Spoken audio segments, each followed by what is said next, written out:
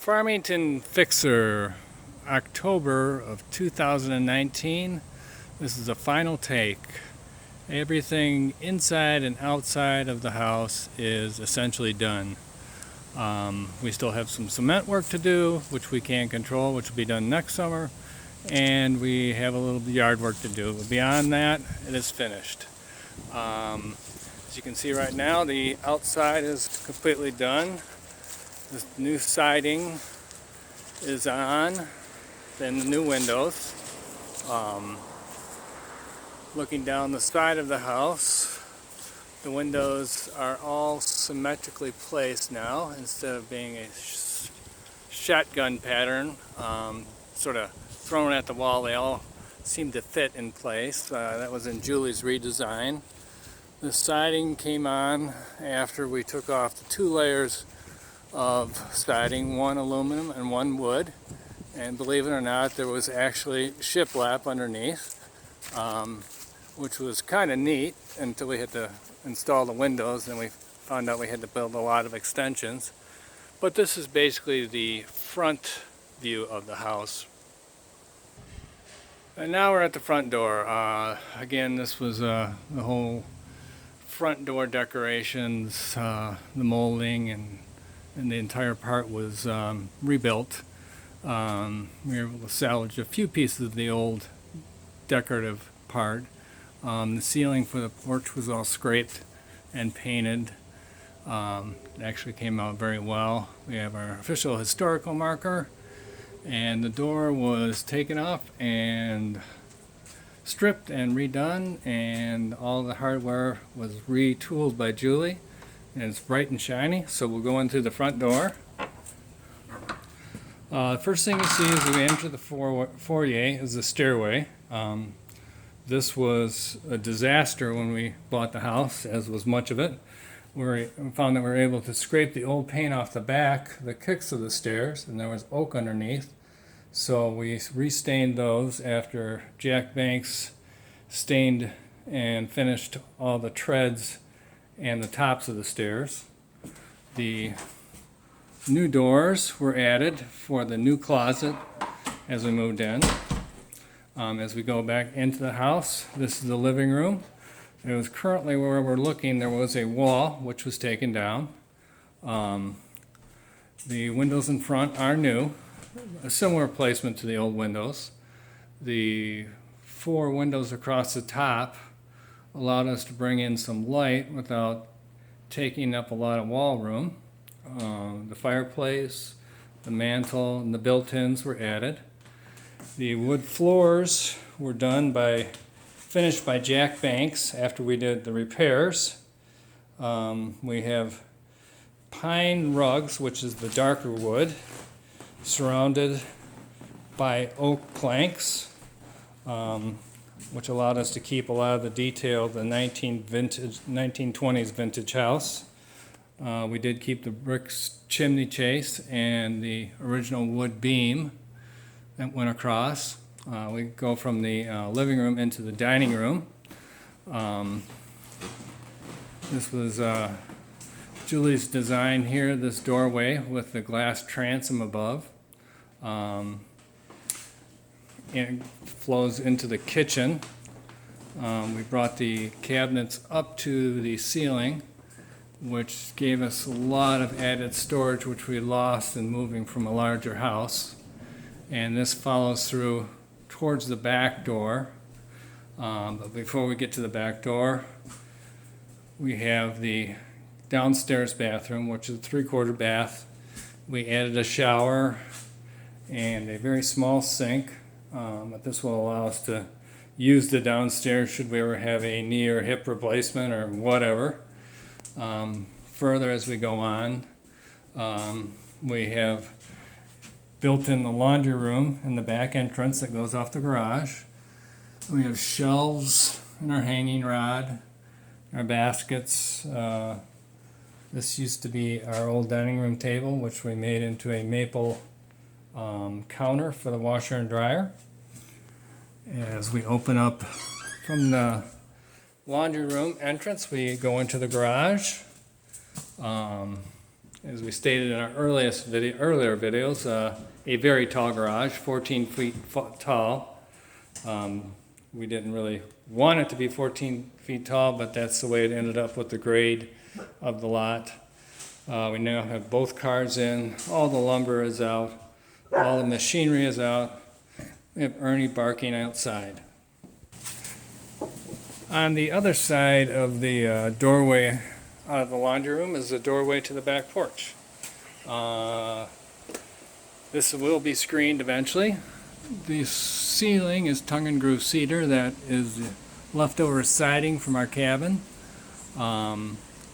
We have a really cool swing that Julie's co-workers bought her as a retirement gift, which is now hanging. We reclaimed the wrought iron railing from the old construction of the house and purchased a new railing going down the stairs from an outfit in Columbus, Ohio.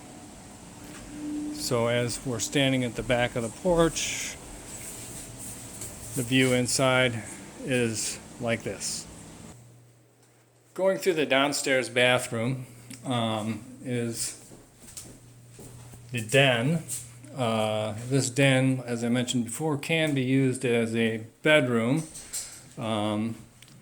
If we can't get up the stairs, we do have a closet over here. We also have hung the guitars up here. We have a barn-style door, which allowed us to completely close it off from the rest of the house if we have to. These doors are all reclaimed doors from the old house that were louvered. We took out the louvered, put in panels, glued them together, painted them, and hung them. No big deal, right? Going up the stairs, we have the only window that remained from the old house. We just liked it, so we kept it.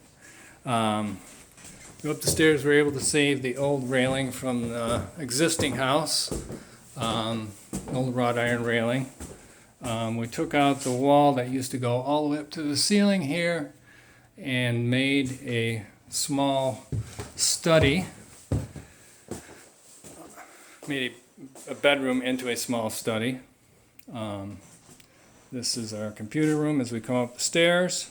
To the right is our guest bath, which is inspired by the 1920s vintage look. The black and white and the small tiles. And Julie was inspired by Chip and Jo and even used some of the old shiplap to make some shelves. Out of the bathroom we have bedroom number 1, which faces north, which pretty much is as original as far as size-wise. Of course, everything was redone, replastered, drywalled, and new heating and new windows, and the floors redone, new doors. Coming out of that bedroom, we go into bedroom 2, which used to be the master bedroom.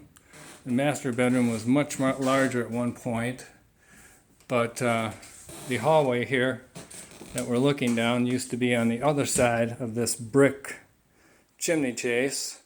And we had to move the hallway so that we had room for 2 bathrooms. So as we make our way down the hallway, we head into the master bedroom. Ceilings we chose to vault the ceilings a little bit in here, give us a little bit more height. And that leads into the master bathroom. And our slipper tub, our cast iron tub, which we were fortunate enough to have Builder Bob move in with his SkyTrack, as the same with our marble vanity. And then we have our shower. We put a lot in a small footprint, and one of the restrictions we had is we did not have room for an interior door or a pocket door, so we chose again to go with the barn doors to close off the bedroom from the bathroom. Off the master bedroom, actually it was started out to be attic storage, ended up to be then to a workroom for me, and now is a workroom for Julie and I. We have books stored here. This will be the future home of button guitars in this corner. And this will be the future home of button sewing. This is furnace number 2, which heats and cools the upstairs. So we're back downstairs. One last thing we wanted to cover was the basement, which we poured a new floor in and totally waterproof from the outside, repairing the block, repairing drainage, and taking down all the paneling, the ceiling tiles, and everything else. Now basically a functionally dry basement. These are the original barn doors that go underneath the porch. Now we have the tool room with every tool known to mankind in case anybody needs to borrow one. Out of that room we go into the kitty room, or Little's room as our sister-in-law Cindy would call it, for any little tykes that want to play. We have large windows which we will be improving upon. This is Julie's little work area here with the old Youngstown steel cabinets that were degreased, derusted, and repainted and put back down. And the old garage, which is now just storage. We will have an access through from the garage when we're done.